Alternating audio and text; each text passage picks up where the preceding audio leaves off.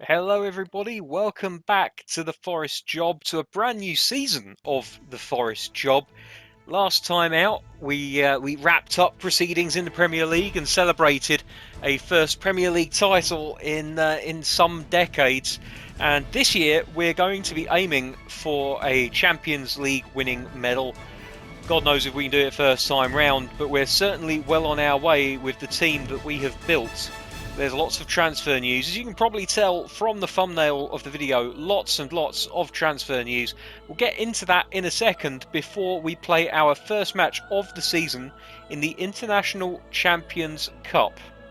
And that game is against CSKA Moscow. It's going to be an interesting time. We're going to be able to test ourselves against some of the best teams in the world over the next few days, with Paris Saint-Germain on Tuesday and Wednesday's big deciding game, hopefully deciding game, against Ajax of Holland. There we go. I forgot where Ajax were from for a second. The Netherlands, some people might also say. Right. So before we go in to have a look at the transfers that we've made, I would also like to remind you to, if you want to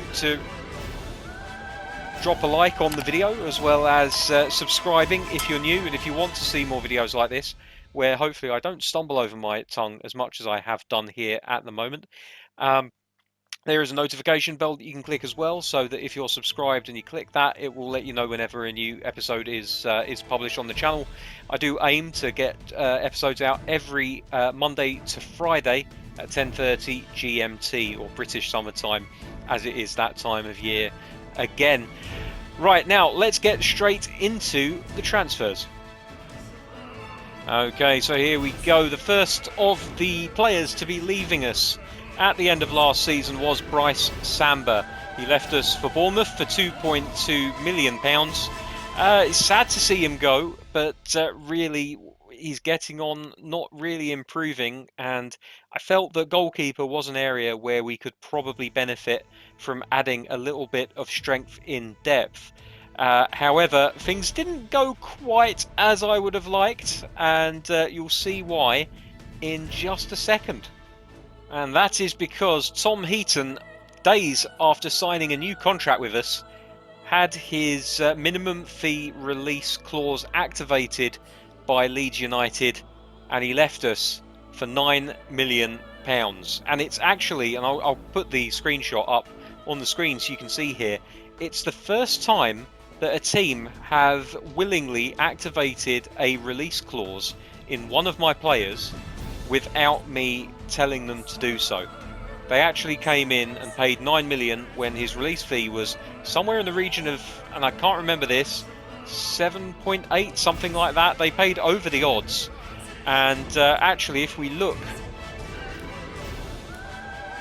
at his minimum fee release, you'll see he has a minimum release fee of 5.8 million. And so as a big fuck you to Leeds United, I am seriously considering buying him back for less than they paid us to have him. We'll have to wait until the next transfer window, possibly a year's time. But I am now absolutely in the mind of bringing in Tom Heaton again, just to stick two fingers up at Leeds. I might even try to sign Meslier just to fuck him up, because that's not how we do business here, Leeds. And I love Leeds, but that's not how we do business. So next on the list, but only as a loan, we've sent Teixeira out to Cardiff City on a one-year loan for a fee of £2.9 million. A really good bit of business for us, as well as a pretty good bit of business for Teixeira's career. I suspect he'll be one of the better players at Cardiff City, and as a result, I think that what we'll probably end up seeing is him playing a lot of games and coming back a slightly better player than when he left us. All the best to you, Mr. Teixeira. We'll see you in a year's time. And now here is the big money sale of the summer. Carlos Tevez moving to Kashima Antlers in the J-League for £41.4 million.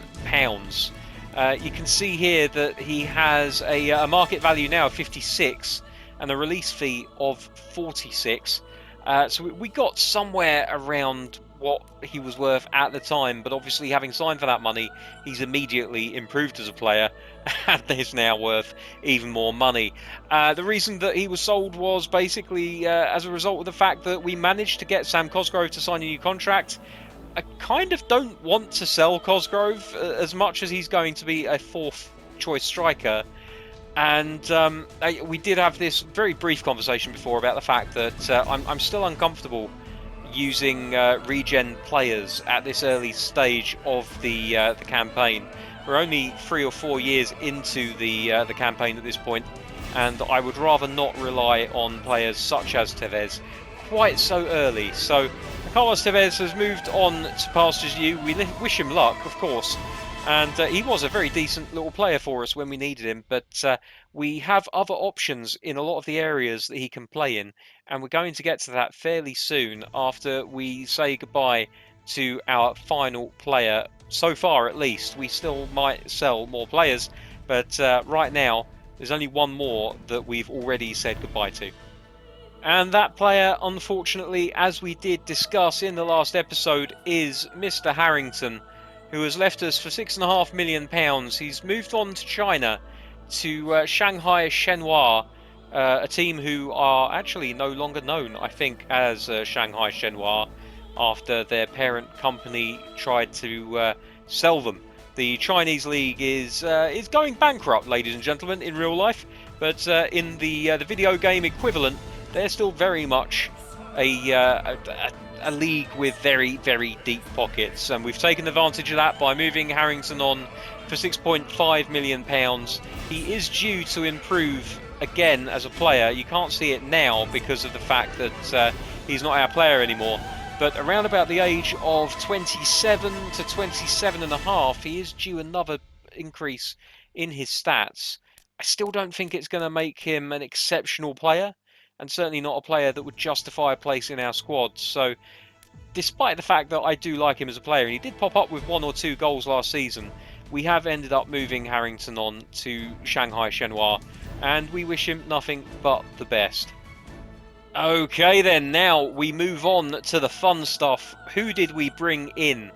And we're going to start off with the player that you already know about, and that is Pietro Pellegrini, who has signed for us for a fee of £17 million, and he's going to be a really interesting prospect for us. He's already our best centre forward, but if you look at his stats, you'll see that not only is he, I mean, he's registered as a playing style of target man, so he will come deep for the ball and he'll play primarily like a target man. But if you actually look at his speed, his acceleration, his ball control and dribbling, he's actually a really good just general striker. He can play on the ground, he can play in the air. I think he could give the likes of Hernandez and even Nketiah a run for their money. Pellegrini is going to be an interesting case. We're going to see how our tactics evolve as he becomes more involved in the season. But so far, I've only played one game with him, and that was in the Old Boys testimonial. He feels pretty good to me. He's pretty decent. So, hello, Mr. Pietro Pellegrini. Welcome to the team. Next on the list, just below, is Italian midfield legend to be. He's definitely a legend for the future. Tonali. He is an orchestrator. He can play at the base of midfield as well as through the centre of midfield. Just look at that well-rounded collection of stats there. Offensively, maybe not the most aware. Defensively, absolutely rock solid. He was he was actually offered up as a transfer. My scouts found him, and when your scouts find a player, it is a lot easier to sign them. And I signed him for £26.9 million. Now, bear in mind that if we look at his current market value, he's currently valued at £38.5 million. Now, he was valued at something similar to that when we signed him. The benefit of setting up your scouts correctly, and this is something that I'll go into in a video which is hopefully coming in the next week or two, is that your scouts will find players who for some strange reason, when they're recommended to you by your scouts, you can sign them for less than their market value, and they are much more willing to join your club. As soon as they disappear from your scout list, their price goes up and they're less likely to talk to you. I don't know why that is. I think it's just a weird game mechanic that means that your scouts actually feel like they're doing their job. But I took full advantage of it during this transfer window, and Tonali and Pellegrini are both recommendations from my scouts. I set my scouts up specifically to look for players of their ilk, and I ended up getting those players. There's one more player who we signed who is also he's also someone that we managed to pick up as a result of our scouting system, and that player is the Belgian right midfielder Sailmakers. Now, he doesn't look spectacular, I will absolutely grant you that, but he's solid. He's absolutely rock solid in pretty much every single stat that you could possibly want from a player of his type. If we look here, he can play pretty much anywhere down the right hand side, either a right back, a right midfielder, or a right wing forward. With our formation, we need players that can play left midfield and right midfield, and with Harrington leaving, I wanted someone, a right-footed player who could play on the right-hand side, because at the moment the only other player that can really play out there is Hlošek, and Hlošek is not going to last 38 league games plus all of the Champions League games and potentially FA Cup games on top. It's just not possible.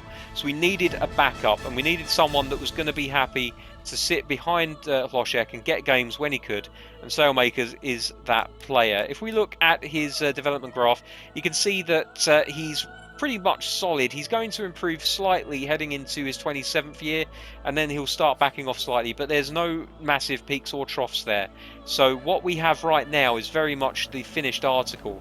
But I have to say, for £5.3 million from Bayern Munich, couldn't really argue with it. Couldn't really argue with it at all. So very happy to bring Sailmakers into the team.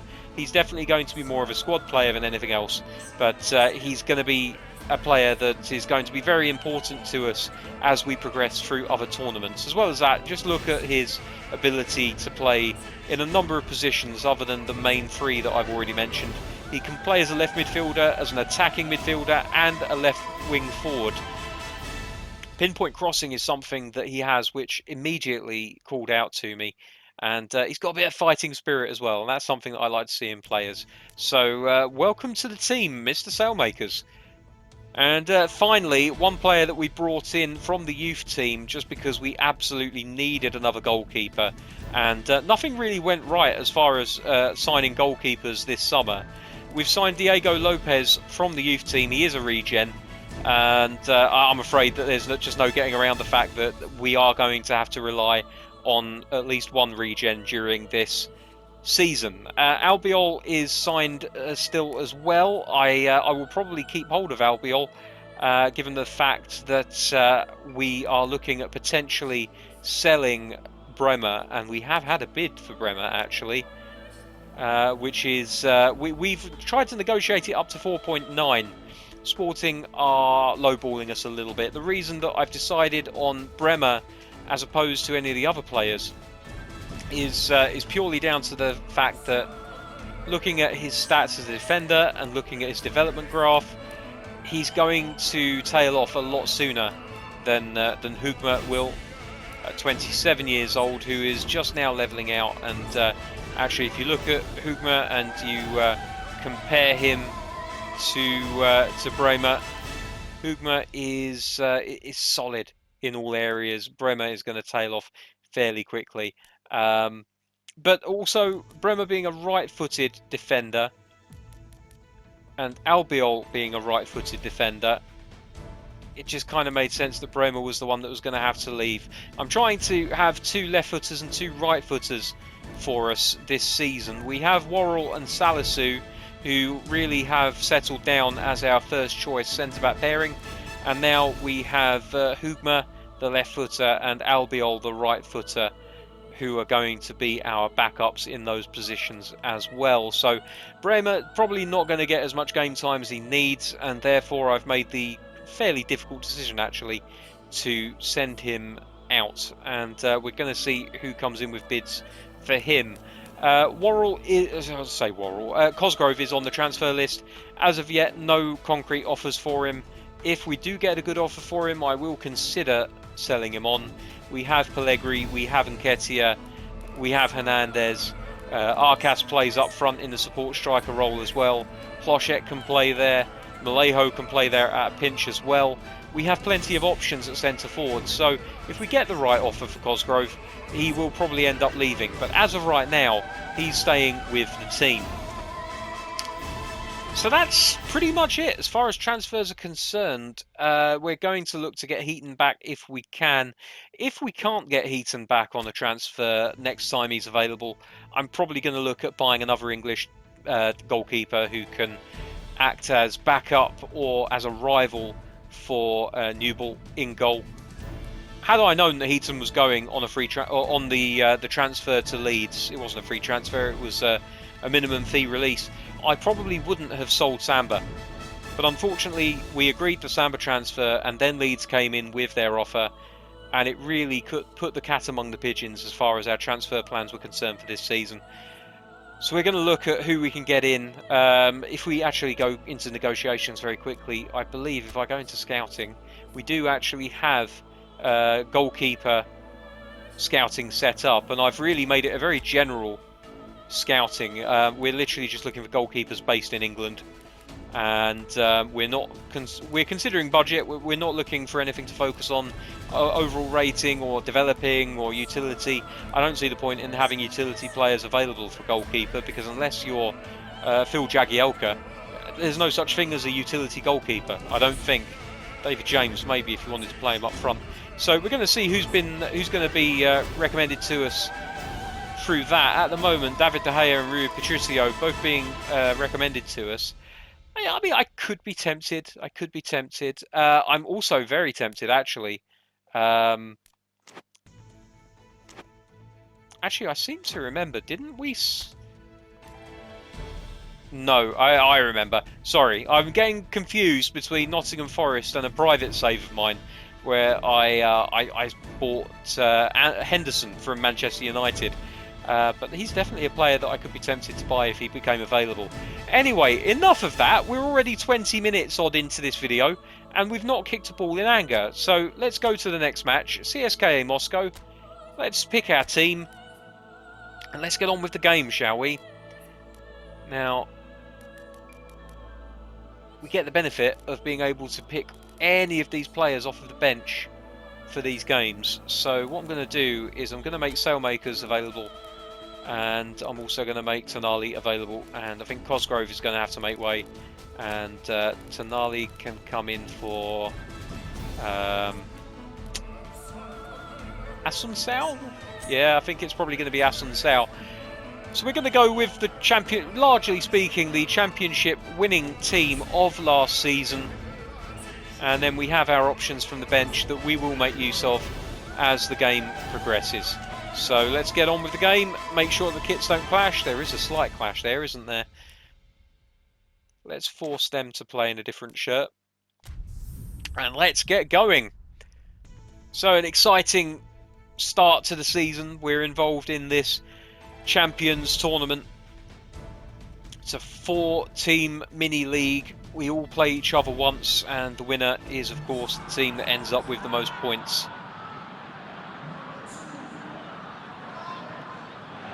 I don't think it's unsporting to say that Moscow are the weakest team in this group,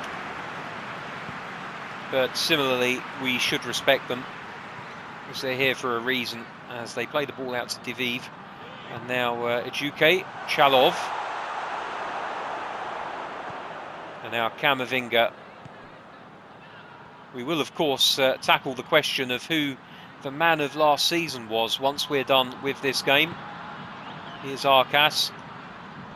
Looks to play the ball through, but ends up losing it, and Vlasic comes away. Now Chalov looking to lead the line, and Salisu doing a pretty good job of hassling the player and winning the ball back. Oh, that's a bit dodgy as Rakitic picks up the ball on the right hand side, gets it to Fernandez. Camavinga just ignores the ball, and we do come away with it, however. So danger averted.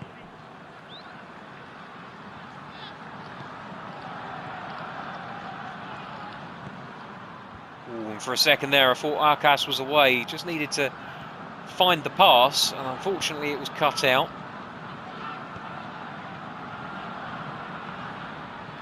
Bruno Fuchs plays it forward. Worrell looking to win the header, can't quite manage it.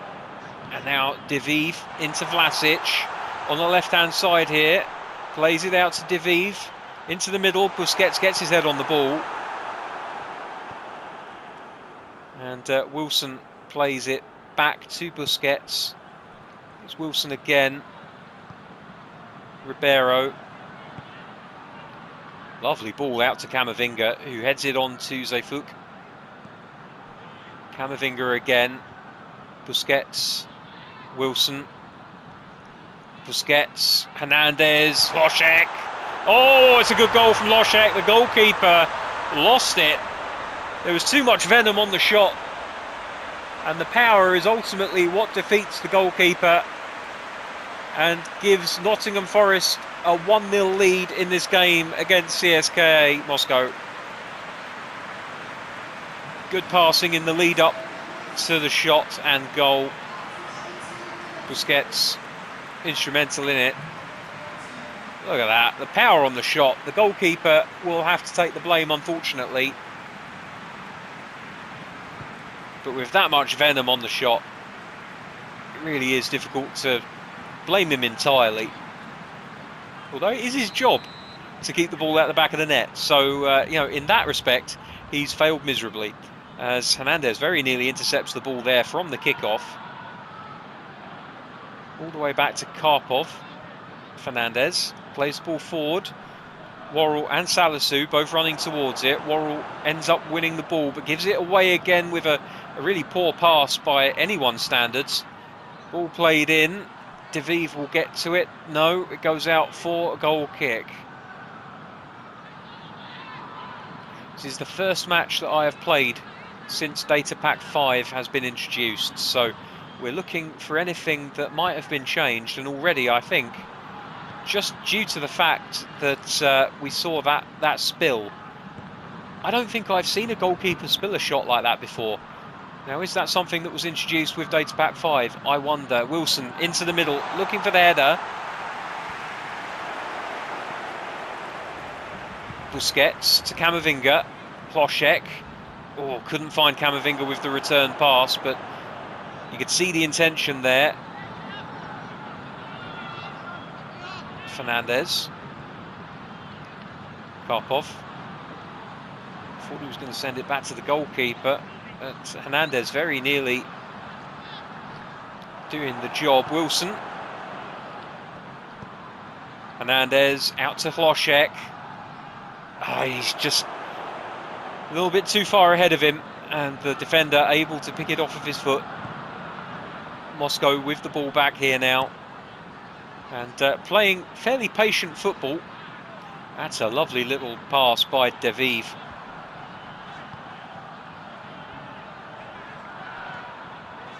And there could be something here for Moscow. Fernandez. That's a poor pass. Looking for Camavinga, but playing it too far ahead of him. Oh, that's a chance for Moscow. Nubel not happy at his defenders for allowing it. It was sloppy play by Forest. See here, Worrell, it bounces off of him before the Moscow striker gets it back and attempts a shot on goal.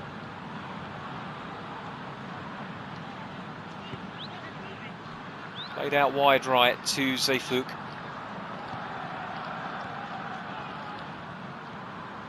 It's Camavinga. Oriol Busquets. Wilson. To Ribeiro.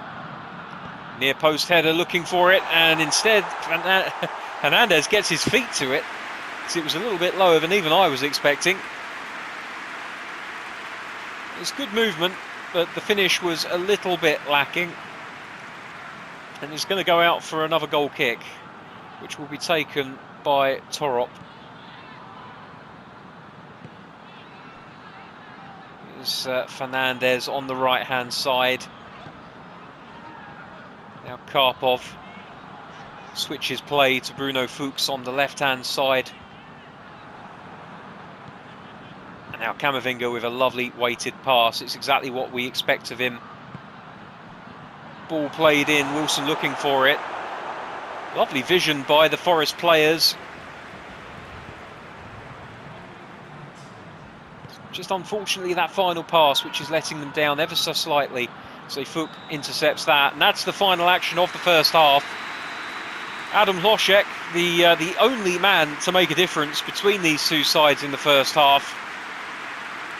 But how often have we seen one goal being enough for this Nottingham Forest side? And we'll go into game plan, and with 6 substitutes available to us, we're going to start making some.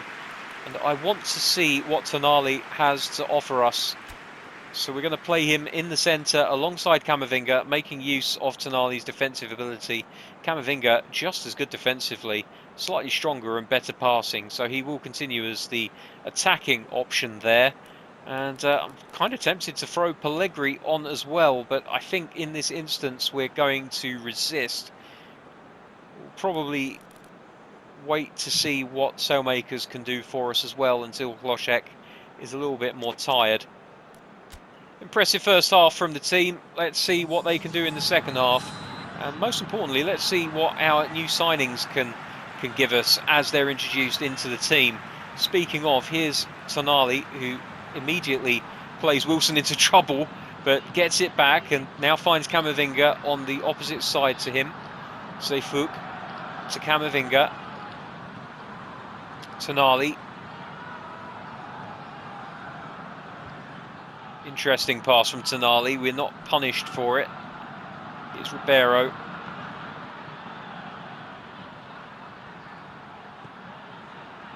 Ribeiro again, cross into the box.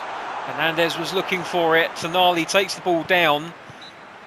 And unfortunately, Arcas is offside, but not before Tonali is fouled. It's going to be a free kick here. Lovely takedown by Tonali, and I think it's just after that he's nudged. I mean, it's a nothing free kick, really. I'd be furious if that was given against me, but never mind. Harry Wilson to take the free kick.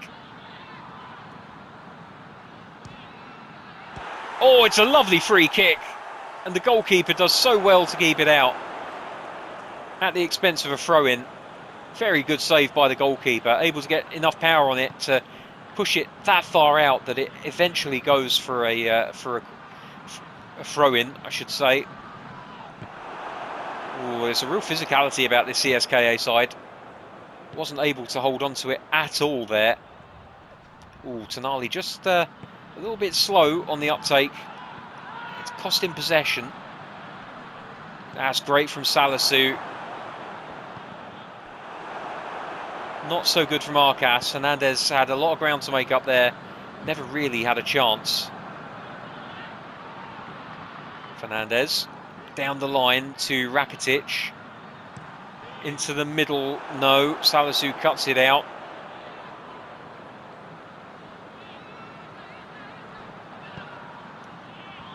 Goalkeeper punches clear. Wilson gets himself in the way this time, and it goes out for a corner kick.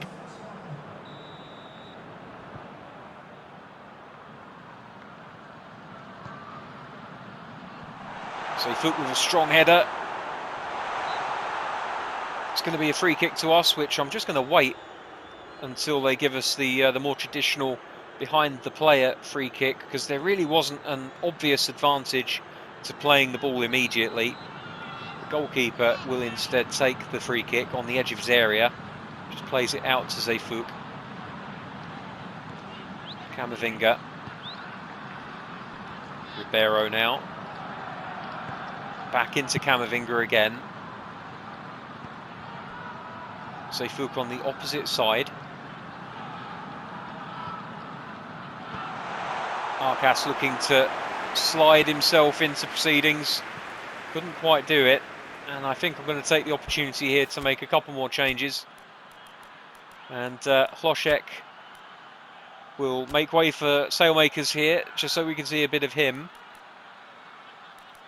Pellegrini will come on for Hernandez. And Eddie Nketiah, so often a hero for us in this save. Now that he's found his scoring boots, comes on for Arcas. So it's a triple change here.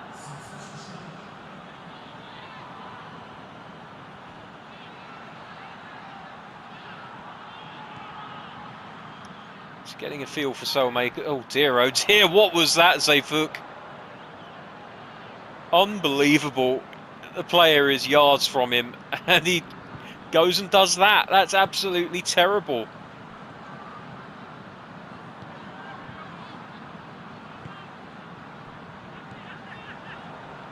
Rakitic plays it forward to Chalov, who lays it off to Fernandez. Beats two men. Lovely play from Fernandez.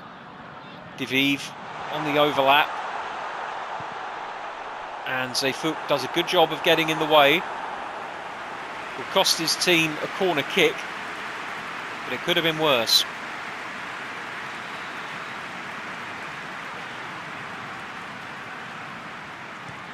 Obliakov, good strong header away.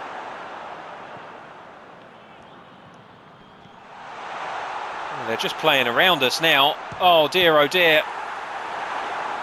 I'm very surprised that didn't end up going in. Here's Camavinga. Saw the ball for Pellegrini and actually finds him eventually. And now Chalov. Come on, boys, how are you not winning that ball off of him? There's two of you, one of him. Somebody win the damn ball. He wins himself a foul as well. It's like a switch has been flipped and the AI has decided that actually it will have a goal, thank you very much. Balanta. Pellegrini all the way back here defending.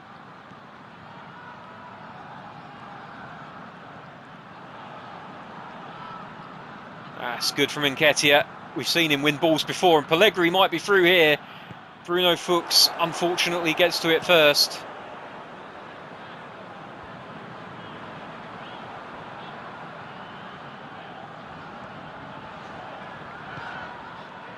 Good interception from Camavinga.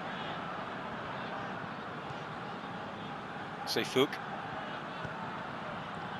Camavinga. Salisu across to Ribeiro. To Wilson. Pellegrini. Holding it up well.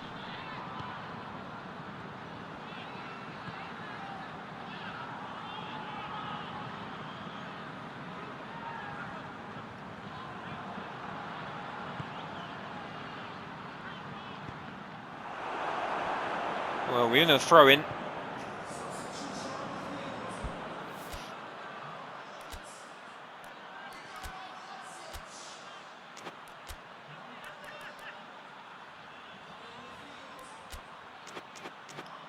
Change to attacking fullbacks because we're actually losing a little bit of our attacking width by having the wing players cutting inside. Oh God, Ribeiro's lost it. Wins it back though. Fair play to him. Oh, what a ball that is.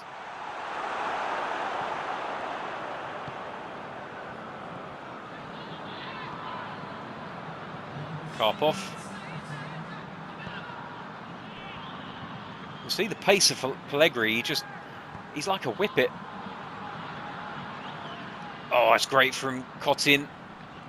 It's pretty good from Sailmaker, so you can see why he's able to play at right back as well as right midfield. Oh, that's offside from Nketiah. No, he's not. Somehow he's still onside. Here's Sailmakers. Pellegrini just nudged off the ball. And that's it. That's an end to proceedings here at the International Champions Cup. It's 1-0 to Nottingham Forest. The second half never really lived up to the first half in terms of goals scored, but an okay performance by this Nottingham Forest team who are trying to find their legs after a change in the rules. Data Pack 5 taking maybe a little bit off of the shine of the team as a result of having to get used to playing with it. But largely the game feels very similar. I would say that goal, I've never seen us score a goal like that where it's come through the hands of the goalkeeper quite as badly. He really did fumble that, and I wonder if that is something that Data Pack 5 has introduced. Certainly, if I'm going to concede goals like that this season, I'd like to see more of them go in for me as well.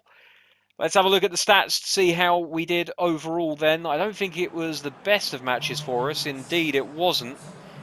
Actually, the lesser of the two teams from an attacking point of view. Only 3 shots, 2 of them on target, and of course the one ending up going in. But you could even argue it was an own goal from the goalkeeper. If it wasn't for the fact that the shot was on target, it would absolutely be given to us. More passes on target for Moscow, although I would argue that potentially, percentage-wise, we're very, very close. We made a fair amount of use of the wing, although not as much as Moscow did.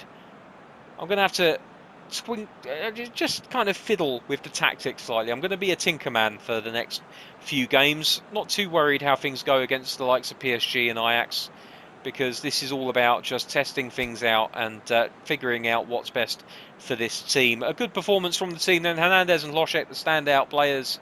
Worrell, for some reason, being absolutely pelted by the critics. I'm not entirely sure why. Okay, he gave the ball away for their shot, but it didn't go in at the end of the day. Pellegrini and Sailmakers not really having the best times coming on. Tonali having a better day of it. 6.5 on his debut. Eddie Nketiah, a 6. A fairly solid score for the young Englishman.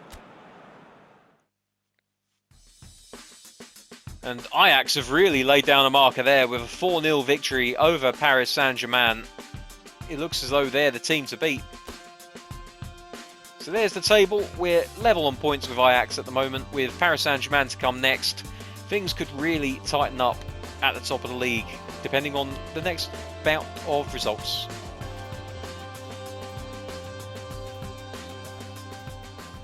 So I said that I was going to announce who my personal player of the season last year was, and I think in order to do that, we should probably go into the old game plan so that we can highlight the player in question.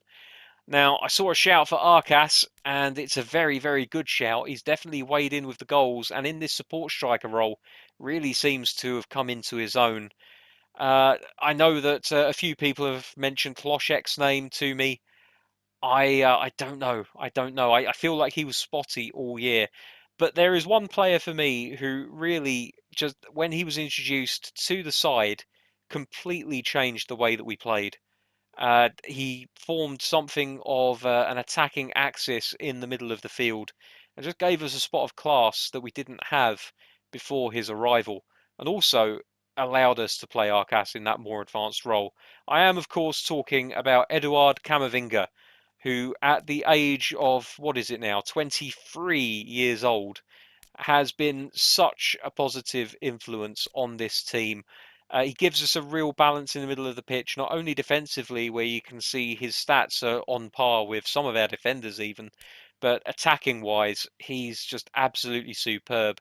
One of the things that has really made him stand out from the crowd is at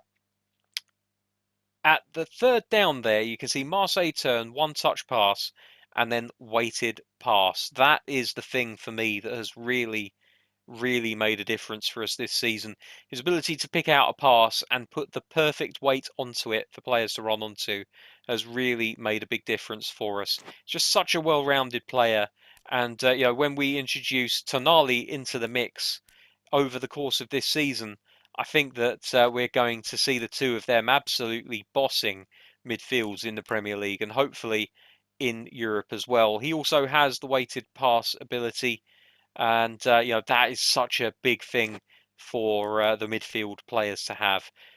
So there we go. That's going to do it for another episode. I hope that everybody at least understands my reasons for picking Camavinga as my player of the season.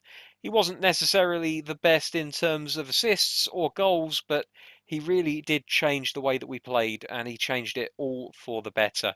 Just much more balanced in midfield. So there we go. Until next time, when we'll be taking on Paris Saint-Germain in the second of our 3 games in the International Champions Cup. Thank you very much for watching. Take care. I'll see you soon. Bye bye.